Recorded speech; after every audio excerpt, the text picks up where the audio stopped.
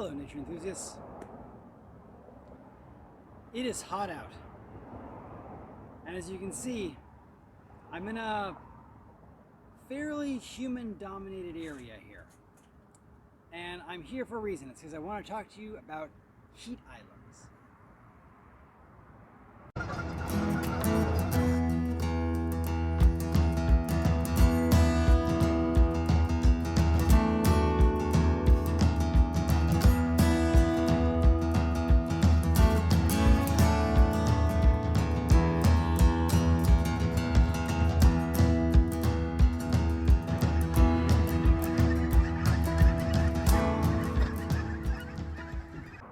So, what is a heat island? A heat island is an area, almost always an urban area, that has a higher temperature, higher heat than the surrounding landscape. They're very commonly associated with urban areas because a lot of the structures that we humans create are really good at absorbing heat. The sunlight pounds down on concrete, on asphalt, on steel, and those materials absorb that energy from the sun, warm up, and then radiate that heat out into the air around them.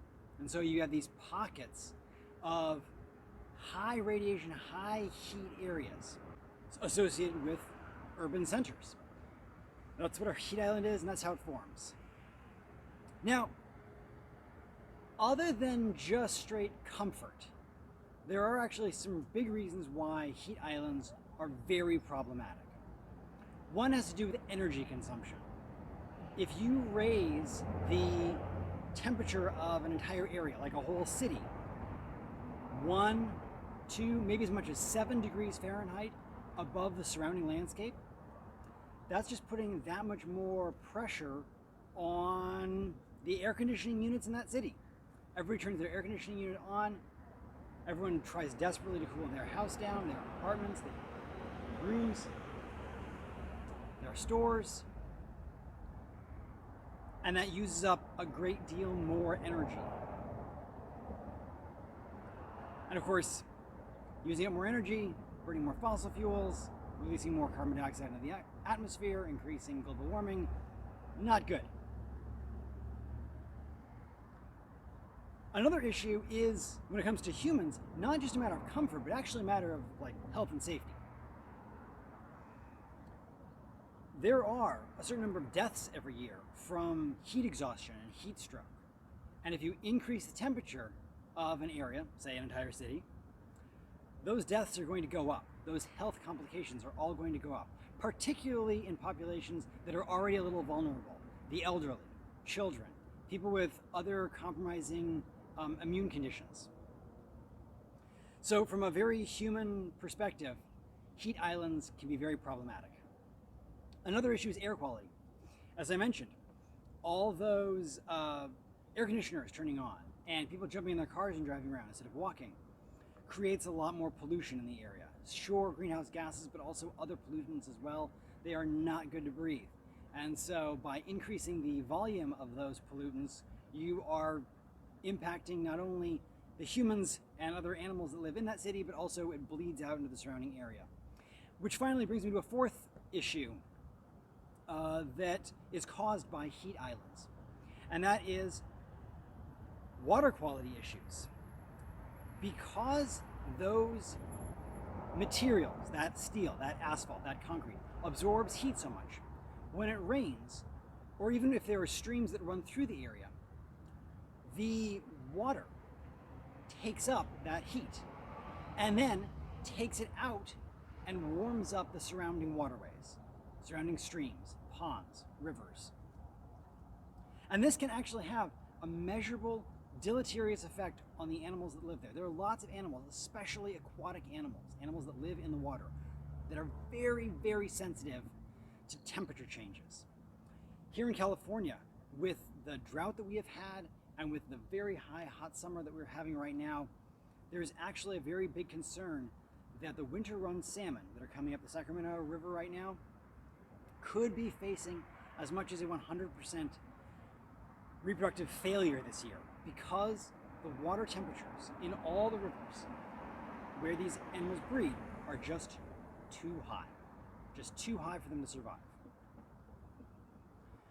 And similar effects can happen to other species, trout, other species of salmon, many kinds of native fish, and also native invertebrates, the insects that live in the water, all very temperature sensitive, and so all very prone to negative effects if the heat from the heat islands gets absorbed by water and washed into the surrounding areas and warms those water bodies up. So, really big impacts from heat islands. However, there's actually great things we can do. One is a classic. Plant trees. If you plant trees, trees absorb a lot of the pollution out of the air. They absorb a lot of the CO2 out of the air, reducing global climate change impacts. They produce a lot of shade, which cools the area down. And they themselves, by being moist living organisms, provide some coolness just by being there as well.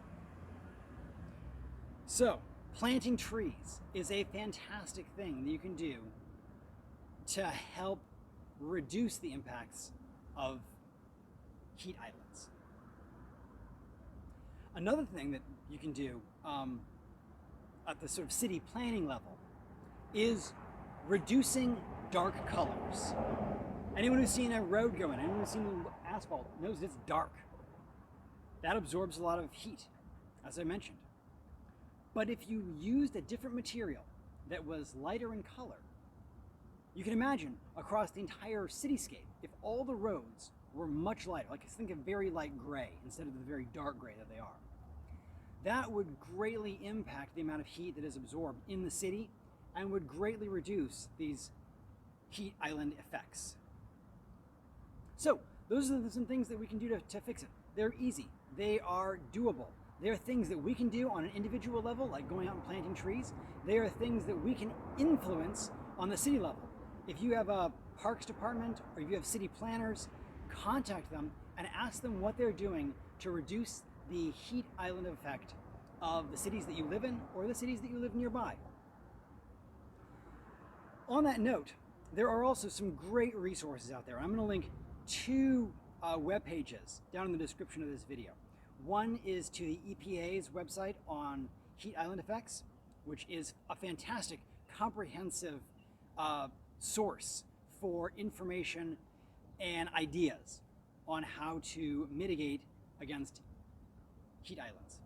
The other one is a list that I found online of a few charities. If you can't go and actually plant trees yourself, I found this amazing list of groups that are doing that. That if you can spend some money and donate to these causes, they are transparent, they have an established track record of doing great work, and they plant trees both in this country, in the US, and around the world. So if you want to go and support one of those, there's a link there to, like I said, this list, and you can go down the list and pick whichever one appeals to you. So, it's super hot out. It's supposed to be over 100 today. I'm going to get inside. But thank you for the view. Subscribe to the channel. And until next time, enjoy the natural world. Go someplace cooler.